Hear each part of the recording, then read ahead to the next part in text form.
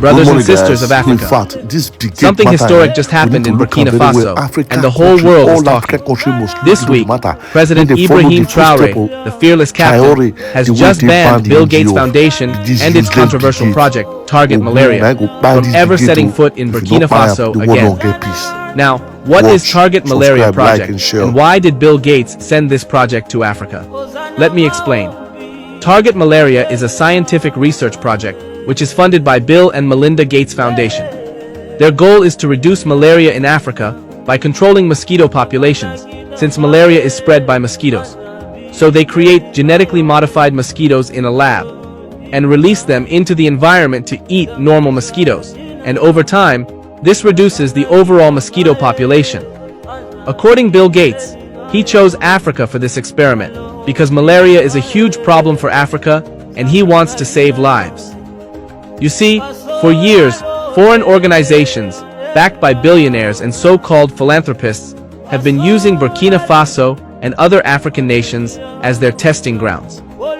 They come with smiling faces, speaking the language of aid, but behind their labs and hidden papers, they are carrying out experiments they would never dare attempt in Europe or America. Target Malaria was one of those projects. They claim to be eradicating malaria by releasing genetically modified mosquitoes into Burkina Faso's environment. On paper, it sounds like a miracle solution. But the truth is, what are the long-term consequences of releasing genetically modified insects into Africa's fragile ecosystem? What happens when those insects cross borders, multiply, and affect crops, livestock, and even human health in ways nobody can predict? The answer is simple: nobody knows. Yet, foreign organizations were happy to take that risk, as long as the experiment was not in their own backyard, but in Africa. Well, Traoré stood up and said, "Enough." He listened to the voice of his people, the farmers, the spiritual elders, the scientists who raised alarms. He stood on the side of common sense, sovereignty, and dignity. And in a move that has sent shockwaves across the NGO world, he ordered the Gates Foundation and Target Malaria to pack their bags and leave Burkina Faso immediately. Do you see what is happening here? For the first time in decades, an African leader is not begging foreign billionaires for donations or pretending that these organizations are saviors. Traoré looked them in the eye and said, "Burkina Faso is not your laboratory. Our people are not guinea pigs. If you want to test something, test it in Seattle or London, not in Ouagadougou." And make no mistake, the Gates Foundation is not just any organization. This is one of the most powerful global players, with billions of dollars behind it, networks of scientists, and political influence in Washington, Brussels, and beyond.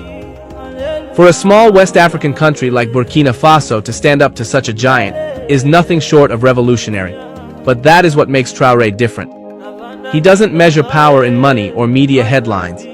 He measures power in truth, in justice, and in the spirit of his people. By kicking out the Gates Foundation, he has sent a clear message not only to Burkina Faso, but to the entire continent. The era of foreign control through fake aid is over. Let me remind you, this is not an isolated case. Just a few months ago, Traoré's government revoked the licenses of 31 international NGOs operating in Burkina Faso, because investigations revealed that many of these NGOs were fronts for foreign intelligence, channels for destabilization, and even secret financiers of terrorism. They came with the name of aid, but left trails of chaos. Traoré has seen through the lies.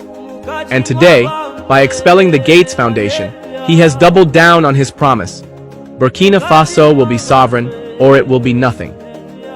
Now family, think carefully about what this means for Africa. If Burkina Faso can stand up to billionaires and global powers, what stops other African nations from doing the same? What happens when Mali, Niger, Guinea, and others start saying no to experiments, no to fake charities, and no to exploitation? This is why the West is scared.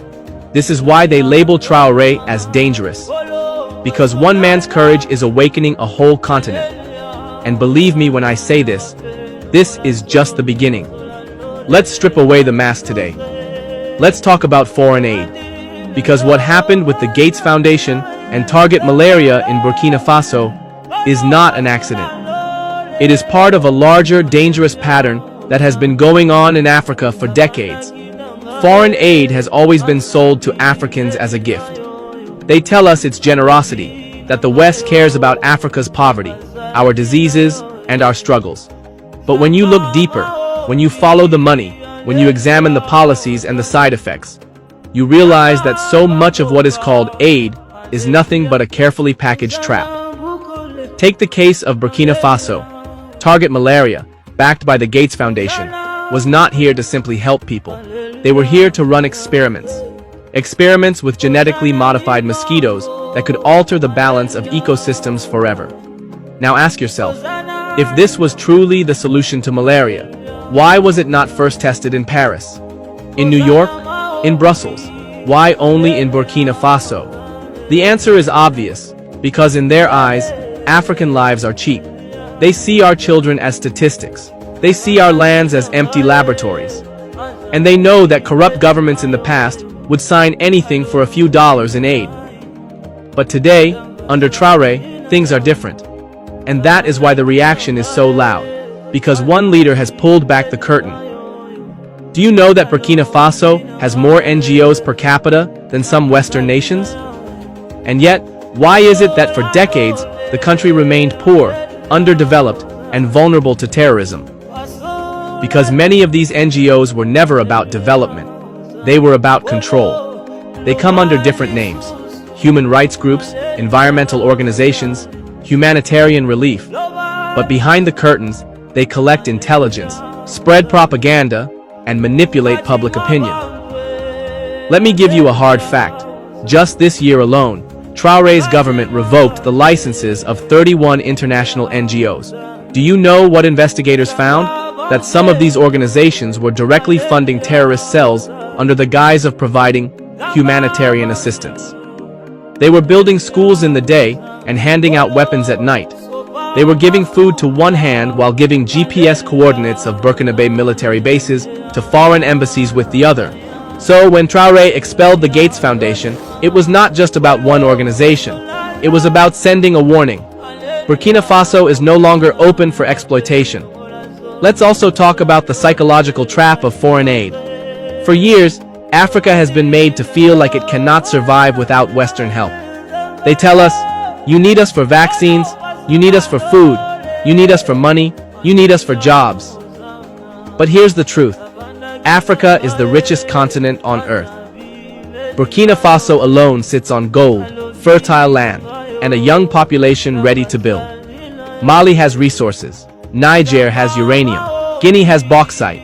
Yet, all of them were made to believe they were poor, simply because they were kept dependent. Foreign aid is often a tool to keep us begging. They give us $1 today, and they take $10 worth of resources tomorrow.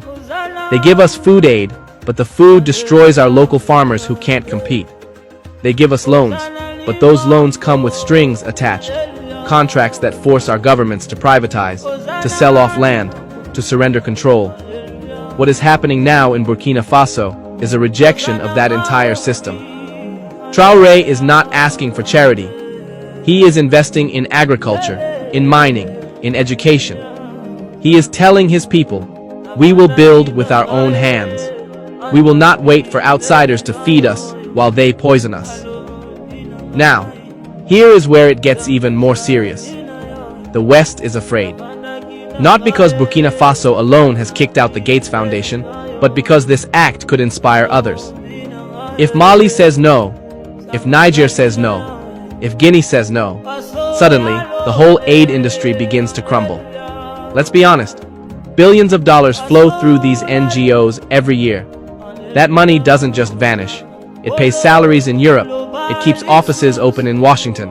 It buys influence in the media. If Africa stops being a testing ground, those billions dry up. So what will happen next? You will start to see smear campaigns. You will see foreign media outlets painting Traoré as anti-science, as dangerous, as a leader dragging his people backward. They will never admit that what he did was protect his nation from untested and risky experiments. Instead, they will twist the story to make him look like the villain.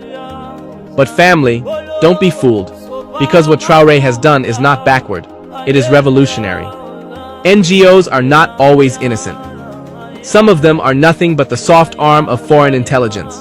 They come in with smiles, cameras, and promises, but behind the curtain, they are mapping our land, studying our people, and preparing files that end up on the desks of foreign governments. Let me tell you something shocking. Some of the NGOs that were banned in Burkina Faso had links to intelligence services from France, the US, and the UK.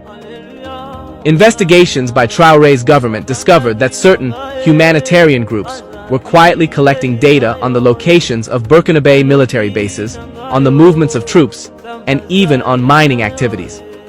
This was not charity. This was espionage, because whoever controls the information controls the land. They want to know where the gold is. They want to know how much food Burkina Faso can produce. They want to know how the people feel about Traoré. And then they use that information to destabilize, to infiltrate, and to strike at the heart of African sovereignty. When Traoré expelled the Gates Foundation and told all foreign actors to respect the dignity of Burkina Faso, he wasn't just speaking to one organization. He was sending a message to the entire world. This land is not for sale. This people is not for experimentation. Burkina Faso belongs to Burkinabe, and we will decide our destiny. And let me tell you, this message is echoing across Africa. From Accra to Bamako, from Niamey to Kinshasa, Africans are beginning to ask, if Burkina Faso can do it, why not us? That question is dangerous to the West, but it is liberating to us. Traoré has broken one of the last illusions of foreign dominance, that Africa needs foreign aid to survive. No, we don't. We need our land. We need our resources. We need our unity. And most importantly, we need leaders who are not afraid to confront lies with truth. Traoré has proven that leadership is not about begging. It is about protecting. It is about saying no, even when the whole world wants you to say yes. It is about choosing dignity over dollars, sovereignty over slavery, and life over experiments. Burkina Faso is not just fighting for itself, it is fighting for the soul of Africa. Every time Traoré says no to exploitation, he is saying yes to our future.